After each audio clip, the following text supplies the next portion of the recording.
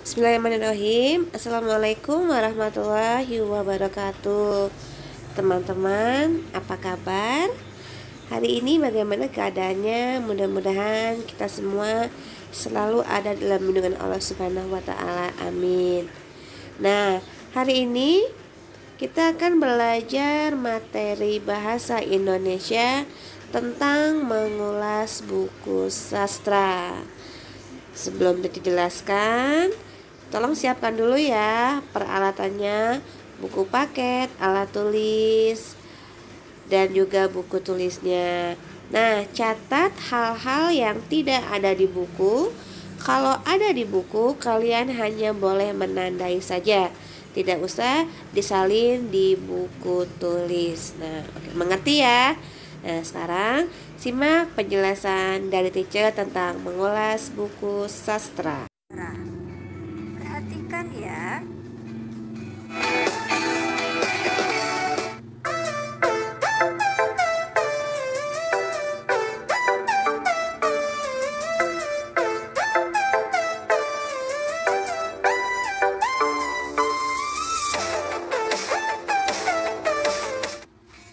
Anak-anak, apakah kalian gemar membaca? Berapa banyak buku yang sudah kalian baca dalam sepekan? Wah, tentunya sudah banyak ya.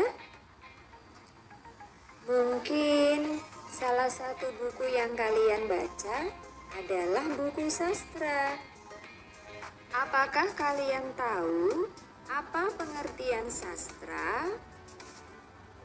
Ya, sastra adalah suatu bentuk dan hasil pekerjaan seni kreatif yang objeknya adalah manusia dan kehidupannya menggunakan bahasa sebagai mediumnya. Sedangkan arti dari mengulas isi buku sastra adalah menjelaskan satu persatu hal yang dibahas di dalam buku. Selain itu, mengulas isi buku juga berarti menilai atau memberi pendapat terhadap buku yang sudah dibaca. Hasil dari mengulas isi buku disebut ulasan. Ada beberapa hal yang dapat diulas dari sebuah buku sastra. Di antaranya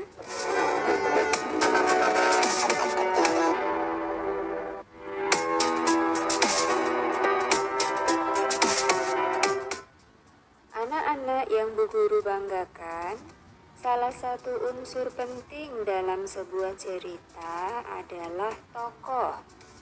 Tokoh adalah pelaku dalam sebuah cerita.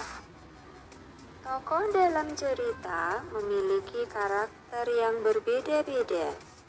Karakter tersebut membuat tokoh memiliki perilaku yang bermacam-macam. Sebagai pembaca, kita dapat memberikan pendapat terhadap perilaku tokoh tersebut. Untuk dapat memberikan pendapat terhadap perilaku tokoh, kita dapat melakukannya dengan cara berikut ini.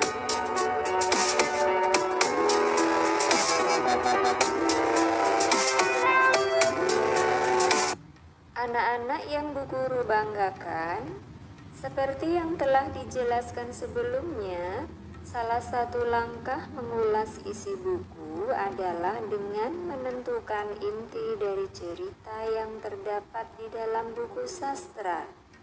Selain tokoh, untuk dapat menentukan inti cerita, kita juga harus mengetahui tentang jalannya cerita.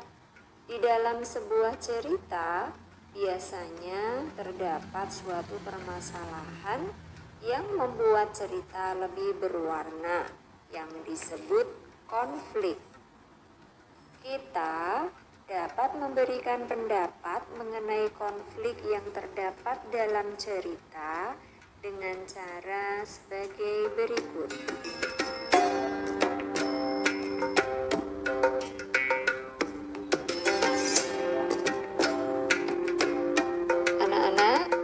Sekarang coba perhatikan contoh berikut ini.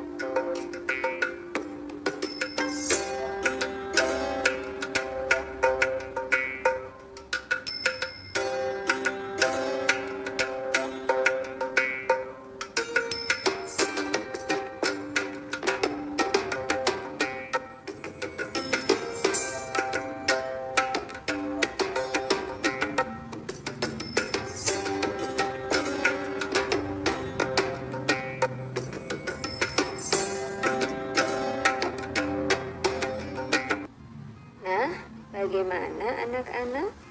Mudah kan?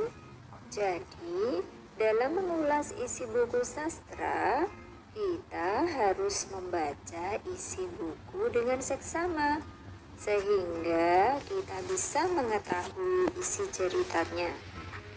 Demikian penjelasan dari Bu Guru. Semoga bermanfaat dan sampai jumpa di video pembelajaran berikutnya. Wassalamualaikum. Dan video penjelasan materi hari ini mudah-mudahan dapat dimengerti dan bermanfaat untuk kita semuanya. Terima kasih sudah mau menyimaknya. Wassalamualaikum warahmatullahi wabarakatuh.